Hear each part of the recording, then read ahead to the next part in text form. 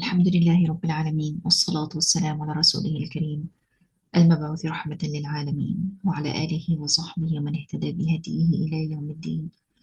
أما بعد، حياكم الله my sisters. السلام عليكم ورحمة الله وبركاته. إن شاء الله you all well. إن الحمد لله نحمده ونستعينه ونستغفره ونستهديه ونتوب إليه ونعوذ بالله من شرور أنفسنا ومن سيئات أعمالنا. من يهده الله فلا مضل له ومن يضلل فلا هادي له، وأشهد أن لا إله إلا الله وحده لا شريك له، وأشهد أن محمدا صلى الله عليه وسلم عبده ورسوله. أما بعد, inshallah we continue learning and reflecting on الآيات الكريمات العظيمات from Surat Yusuf عليه السلام. We have reached verse 23. We didn't finish the verse yet, so I will review what we already learned, and then inshallah we move on. أعوذ بالله من الشيطان الرجيم. Allah subhanahu wa ta'ala said, وَرَاوَدَتْهُ الَّتِي هُوَ فِي بَيْتِهَا عَنْ نَفْسِهِ. So from those who have taken notes, the first part of the verse, وَرَاوَدَتْهُ الَّتِي هُوَ فِي بَيْتِهَا عَنْ نَفْسِهِ. How did we understand that, or how can we explain it in English?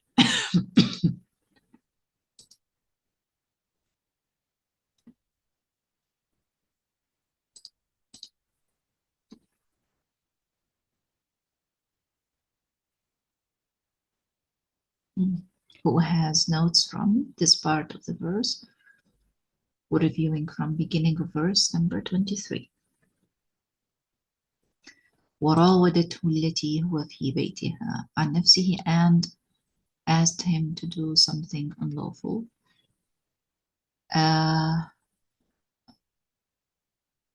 Asked him to do something and to ask someone themselves unlawfully.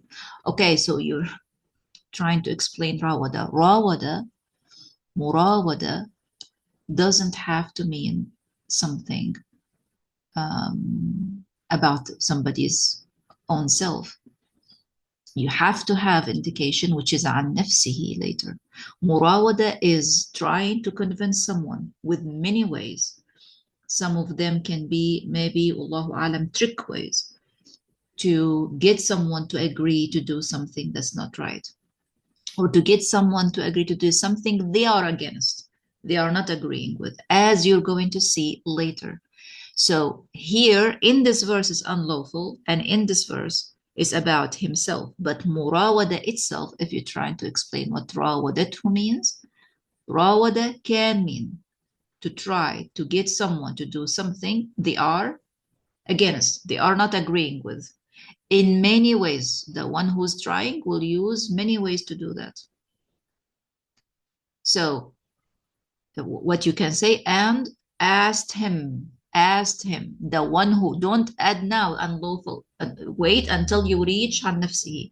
So and asked him, the one who, he or whom he is at her home. You have to read everything, or to explain everything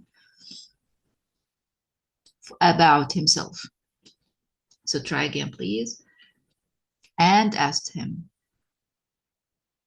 And asked him. Who can help us with the flow? So my sisters that don't have the flow can do.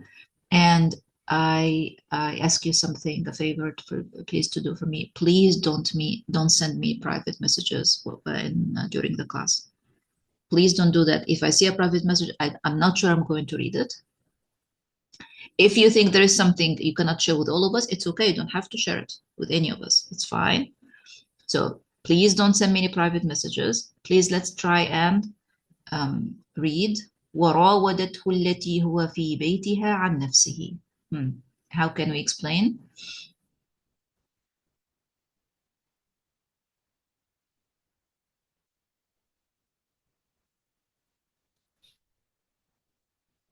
You want to try, or shall I repeat?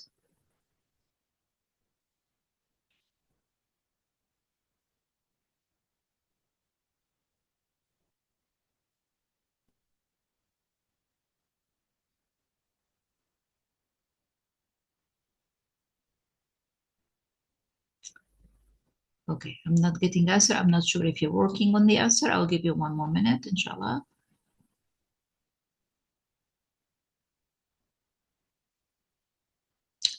And asked him, the one whom he is he is at her home, he is at her home for himself or about himself unlawfully. So after you add about himself, at the end you add unlawfully. So I'll repeat this part again. And asked him, you don't have to add she now. And asked him, the one whom he at her home, or the one whose he is at her home, about himself unlawfully. So we understand now that that asking or that murawada about the self was not for a good reason. Okay, and then Allah subhanahu wa ta'ala said, وَغَلَّقَتِ الْأَبْوَابِ. What does وَغَلَّقَتِ الْأَبْوَابِ mean?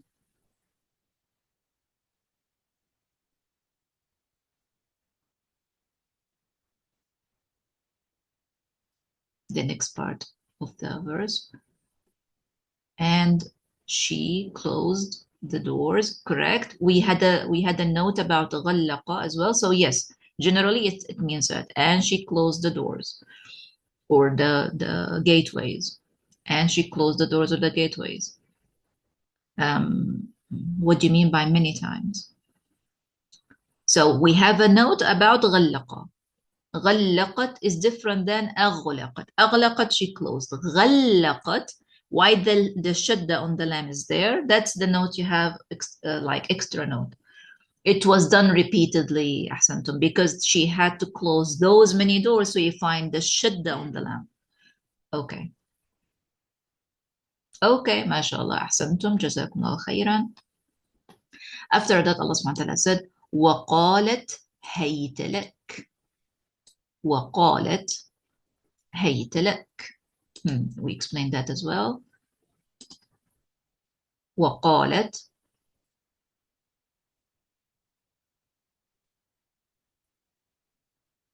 So now we are reviewing. I hope you have your notes. Please do take notes. Please do try. May Allah make it easy for you.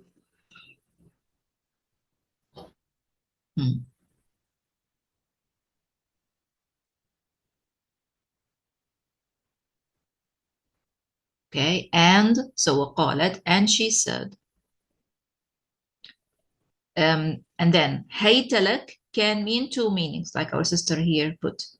Come, or I have prepared for you. Like I have prepared myself for you. So hayta can mean come here or come, or I have prepared myself for you. So we have now few things that prove that it was not a mistake. It was not an accident.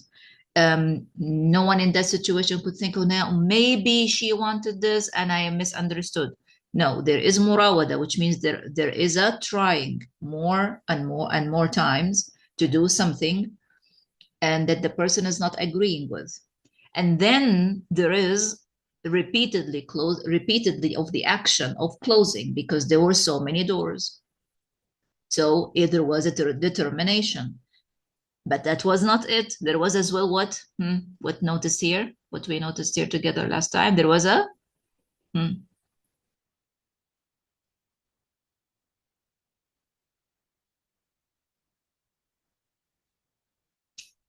the action is in غلقت الأبواب. Determination and action in غلقت الأبواب. In that last bit that you all explained, or that my sister explained.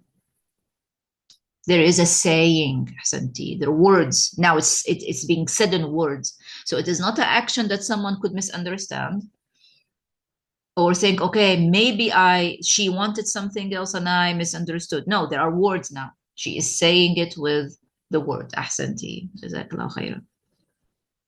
Okay, so there is no mistake. No one can be in a situation and they think, oh, this is a mistake. Maybe I misunderstood. No, if there is action and there are words, there is no misunderstanding. Then Allah subhanahu wa ta'ala said, قَالَ مَعَاذَ اللَّهِ. This is where we stopped. So قال معاذ الله.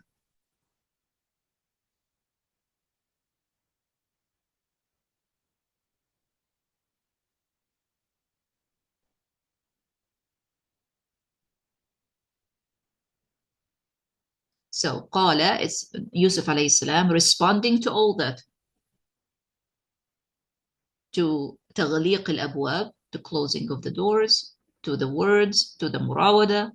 He said, قال معاذ الله.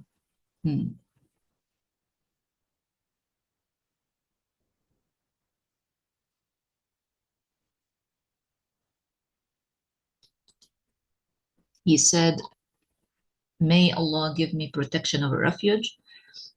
Okay, he said, I seek protection from Allah. The word I isn't there. It's not saying أعوذ بالله. If there is a I, you'll find an indication for the I. So there is no, exactly like our sister now put it, I seek should be between brackets because it's not said I. It's not a verb. Ma'adha here is not a verb. It's like saying seeking protection. My situation, the way I am in, the position I am in, I am seeking refuge and protection by Allah. And these are one of the situations that maybe the person who want to do something wrong will never understand. They think if they wanted to do something to you, they can do it. But when you say ma'ad Allah, means Allah protects me. It's not because you wanted it, it will happen. Allah protects me. So ma'ad Allah, seeking protection or refuge by Allah, but it didn't say ahsanti. It didn't say I am, because it's not a verb. But this is the best way you can understand it in English. So we stopped at this point, and then we had a reflection, because it's important to see the situation Yusuf alayhi salam in second time around. There are more to come. There are more to come, and we already spoken about that. That the trial is expected to happen. That that you are in difficulty is expected to happen. وَلَا نَبْلُوَنَّكُمْ, Allah subhanahu wa ta'ala said. But sometimes when it happened to us, we think, okay, it's because it's us, or because I did something wrong. But here, who is in the trial? Yusuf alayhi salam. If you reviewed the first class, this is today, mashallah, this is class number 15 in understanding the surah, mashallah. Allah Akbar. May Allah give us the strength and the patience and make it easier for us to finish the surah. So Yusuf alayhi salam, Rasul sallallahu alayhi wa sallam said about him in the hadith sahih, he said, Al-Karim, Ibn al-Karim, Ibn al-Karim, Ibn al-Karim. Yusuf ibn Yaqub, ibn Ishaq, ibn Ibrahim, the grandson, the great-grandson of Ibrahim alayhi salam. Right? The grandson of Ibrahim alayhi salam. This is where he has the situation. So when you have the trouble, don't think, why is happening to me? It's not about you. It will happen. It will happen. So we had a reflection here. Who would like to share from what we learned last time? Please go ahead.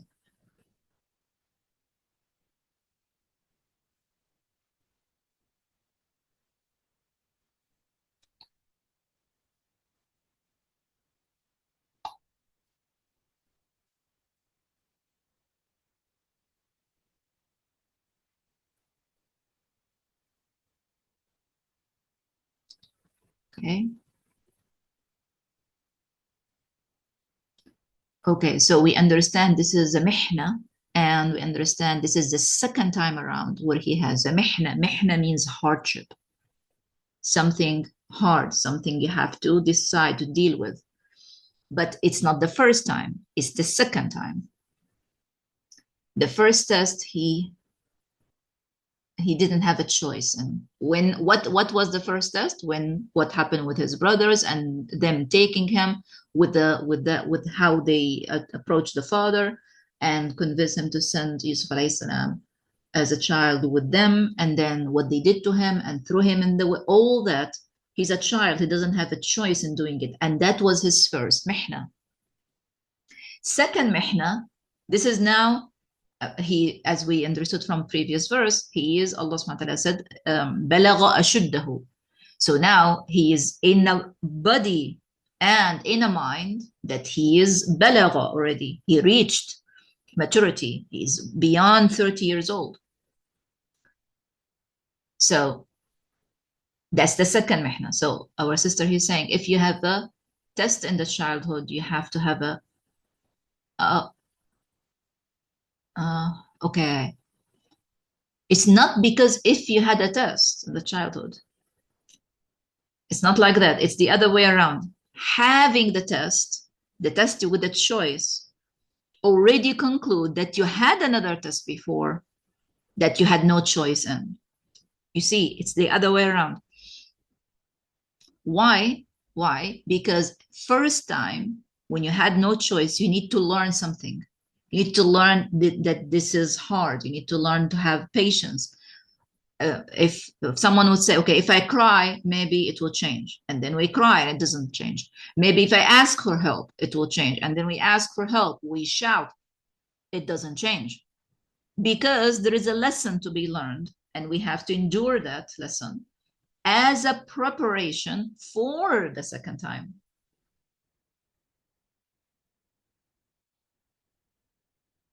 So the first time you are enduring that, which is new to you, but you have to have it. Then second time is like a preparation. What you had before was preparing you for that second time. And sometimes you need more than one test before the main one happens, the one that you will choose to do or not.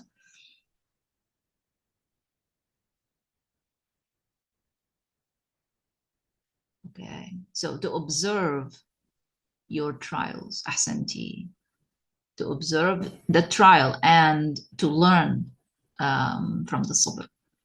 And it's the preparation for the next one. When we are inside the trial, we may not know it's a trial. We're just going to think this is very hard. And we're going to question everything and going to want the help and want to get out of the trouble as soon as possible. But after that passes, then we're going to think, okay, now what happened to me? How did it happen? Why did it happen? What did I learn from it? But we already tasted the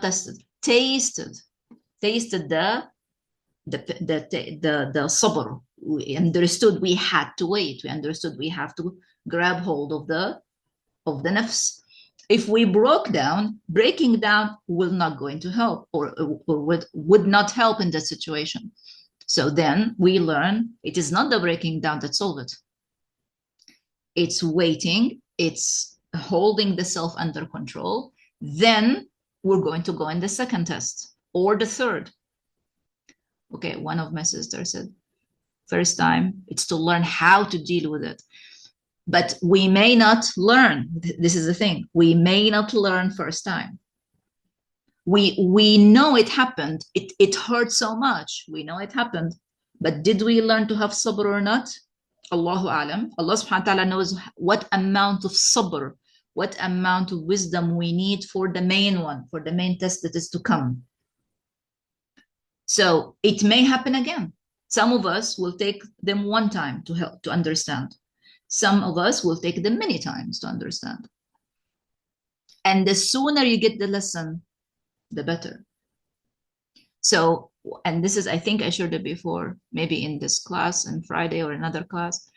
And it was discussion with my daughter, and she told me this, why this, like this certain situation, it keep happening to me. So, okay, the answer is, how are you dealing with it? It will keep happening until you figure it out. It will keep happening until you know what to do with it. Once you knew, then you pass on to the next one. But you are now stronger to handle the next one, and so on. So this is the second mihna now, and second mihna that Yusuf alayhi salam now has to choose. To choose what? What to do, has to decide. There is here a beautiful woman that she has control, she has authority over him. It is okay for her to close the door because this is her house and he is there to serve her. She can close the door if she wants, it's not his house.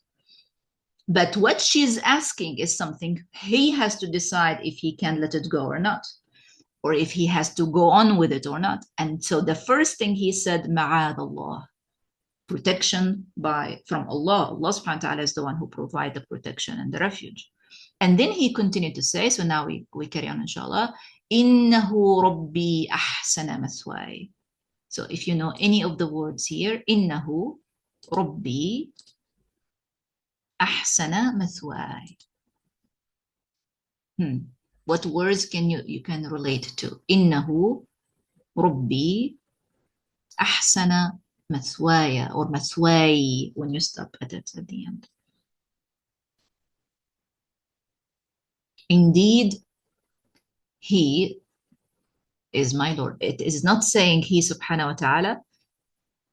I'm going to come back to what you said, Romana, so maybe you will need to edit it, but wait. I understand why you wrote what you wrote. Okay, ahsana mathwaya. So there is, yes, there is indeed, inna.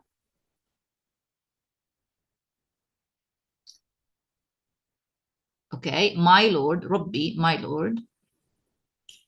Ahsana doesn't mean best. Ahsana is a verb.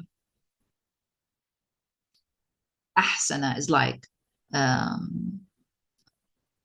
it's a verb, like khalaqa, like akhraja. So ahsana mathway. So mathway, we had it before in another class. If any of you can relate it to a word we already know, we know ahsant is done the best, you see. So when you think of it as a verb, yes, ahsanti. Okay, mathwaya. Mathwa, we have it from, we learned another word close to it from a different surah. Who can remember? Okay. So no, my sister, sorry. Mathania is like ithnan. This one doesn't have a noon.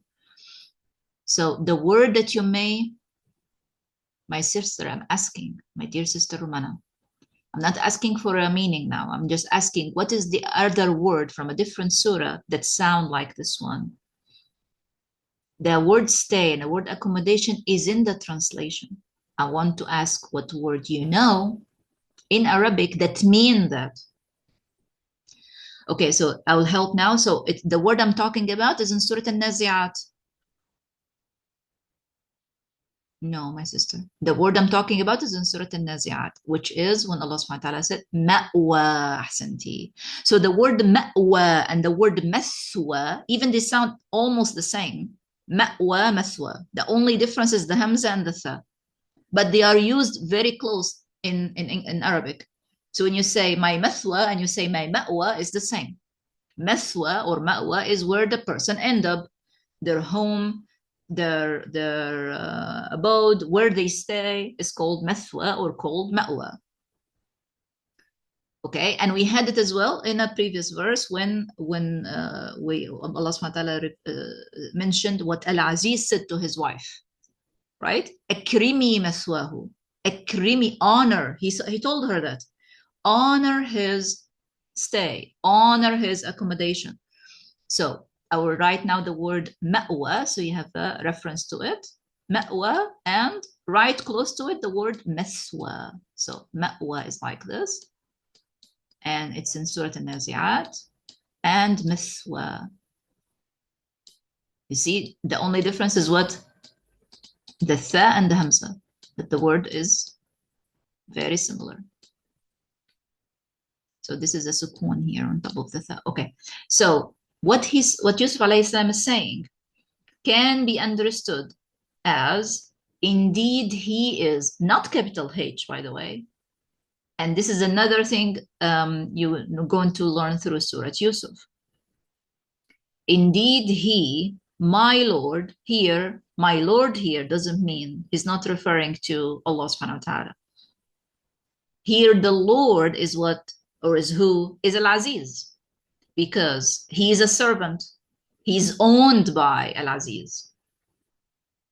So it's not capital H. So my sister, I'm gonna go fix that. Or I will add as well. And we're going to check now the different meanings they have. So indeed, but from the Arabic tafsir, this is how we understand. He's not talking about Allah. He already said ma'ad Allah. But then he said, indeed, he is, which is Al-Aziz, my Lord. Ahsana mathway. He gave me, because he told her what akrimi mathwahu. He gave me the best mathwa. He gave me the best place to stay. Okay. Does it as well, or could it as well mean that he's talking about Allah? It could, but you will, it's like, if you check all the meanings, maybe you find one, if you find any understood this part in the verse, innahu rabbi ahsana mathwaya, as that he's talking about Allah subhanahu wa ta'ala. Look here, my master, he took care of me. He is my master. He gave me a good residence. He's my master. He's not talking about Allah. He's talking about Al-Aziz. He's given me a good place or lodging to stay. My master has given me a place to stay. You see, here indeed he, your husband, which is the Al-Aziz, he gave me a place to stay. You say, but the word Rabbi, I tell you, Rabbi in Arabic is used in many different ways. You are used to it as you're reading through translations of Al-Quran Al-Kareem, or the meaning of the translation, astaghfirullah, the meaning of the translation. The translation of the meaning of the Quran Al-Kareem. You get used to the Rabb means Lord, and it's referring to Allah. No, Rabb can refer to a human. Rabb can refer to a human, and Rabb can be Jamma as well, as we're going to see similarly in the surah. Arbab, Allah subhanahu wa ta'ala said in the surah as well, Arbab, lords. So it doesn't always have to refer to Allah subhanahu wa ta'ala. According to the flow, you will know. In here, it's referring to Al-Aziz. And then he continued to say, Innahu alayhi salam, Innahu la yuflihu al-zalimun. So, if you know any of the words, Innahu la yuflihu al-zalimun.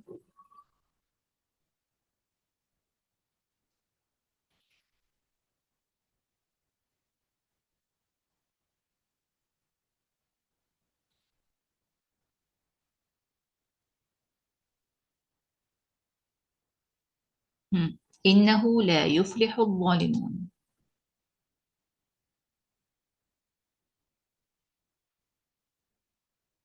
Indeed.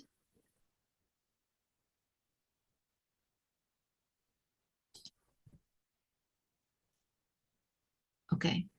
So who here doesn't say he, who here is actually it. It is like alayhi salam is saying a fact. And the who here is not talking about any human, it's just saying it. The fact is, indeed, لا يفلح الظالمون. There is no he, my sister. There is no he. There is no he in the end of the verse. So, لا يفلح الظالمون. يفلح is to have falah, and falah is to harvest, good harvest of a good doing. That's falah. Like what the farmer or fallah does. What does the fallah do? The fallah looks after the land, clean the land, sow the seeds, water them, and then as the plant grow, he keeps the weeds out, and then continue to do that, looking after the land, taking the weeds out, watering it, and all that until the fruits are ready to be picked. It's a long journey. It's not an easy journey. The journey of falah is not easy one, but the result at the end is that they harvest, or the falah, or the muflih, the person who is muflih, harvest the result of their hard work or good deeds.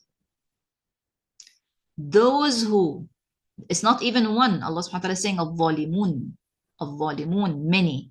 Those who do dhulm, ahsanti, dhulm is what? Wronging others or taking somebody's right, being unjust. they don't reach falah. Can you say you not be successful? You can, but when you say success in English, it's like the meaning of falah is very reduced for you.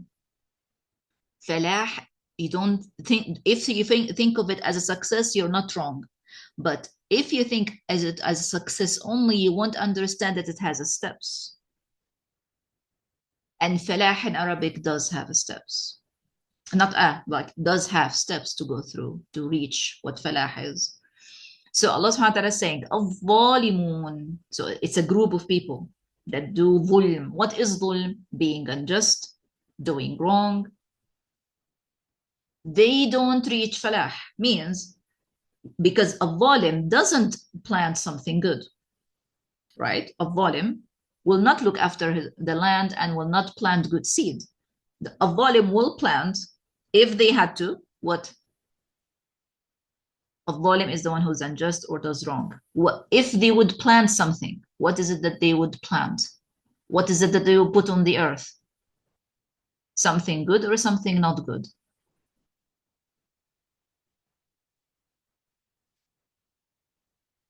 Something not good.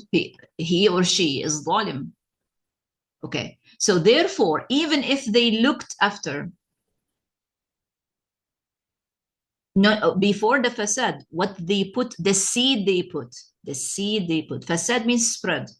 When you read, when you look at fasad or islah, you're looking at spreading something, but here we're looking at a planting something.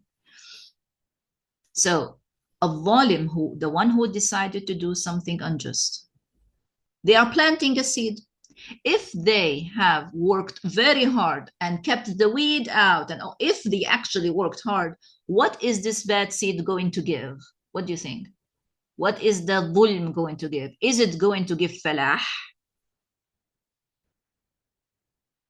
Okay, it's going to give, there are weeds. The weeds will come anyway, my sister. The weed will come anyway with the person that is planting good or with the person that's planting bad. So if you decide today to plant a seed of olive or of grapes, the weeds will come after a few days. It's not because you planted bad, it's because the weeds always come. Okay, so then the one who planted a bad seed, the result is not weeds. The weeds will come anyway. The result is not good. To start the plant, the fruit that is giving is not good. That the tree itself is sick, like our sister here is saying. So therefore, they don't harvest. And if they harvest bad result. It's not something good to be harvested. Ahsantum. So here you see the difference when you understand falah as its true meaning and falah as only success. If you tell me, okay, but is understanding success wrong? I tell you, it's not wrong. It's not wrong to think falah is success. It's just not accurate for a believer, for a Muslim to understand that it's just success.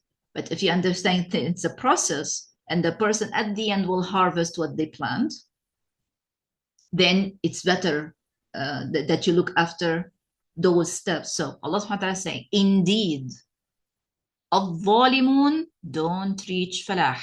Indeed, those who do wrong, those who are unjust, they don't reach falah. And another thing, this is what Yusuf alayhi salam said at the end. Allah subhanahu wa ta'ala said that Yusuf alayhi salam said that at the end.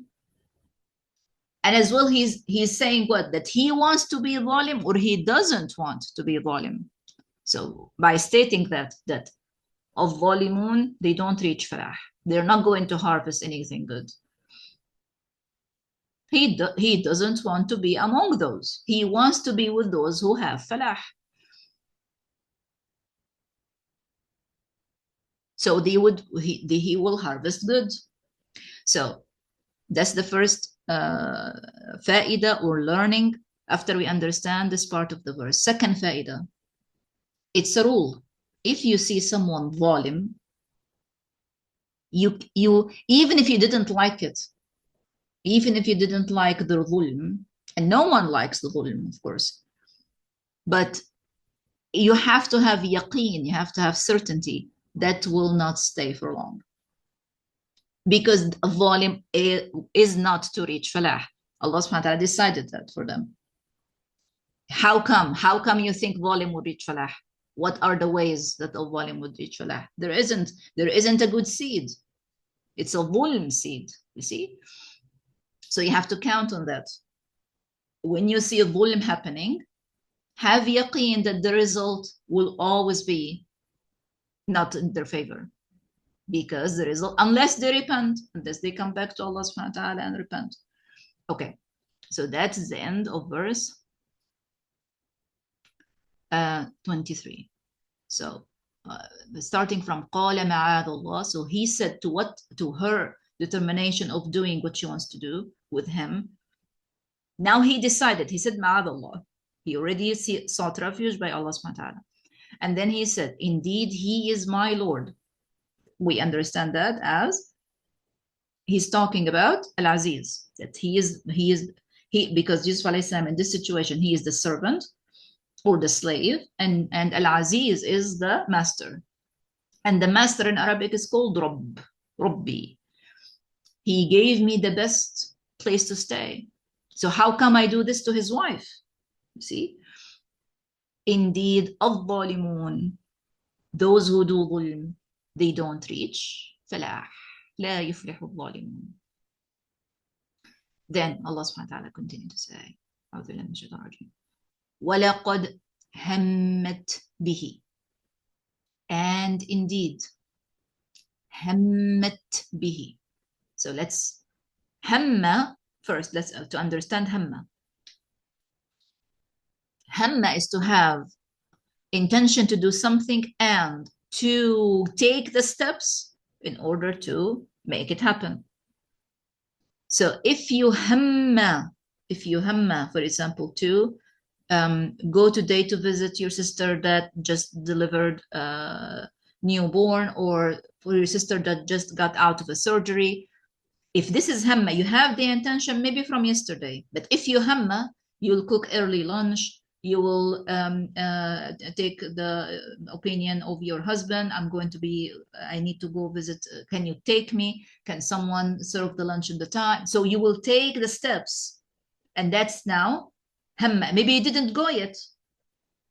But if you are in the steps to make happen, or to execute what you already intended, to put in action what you already intended is called hamma.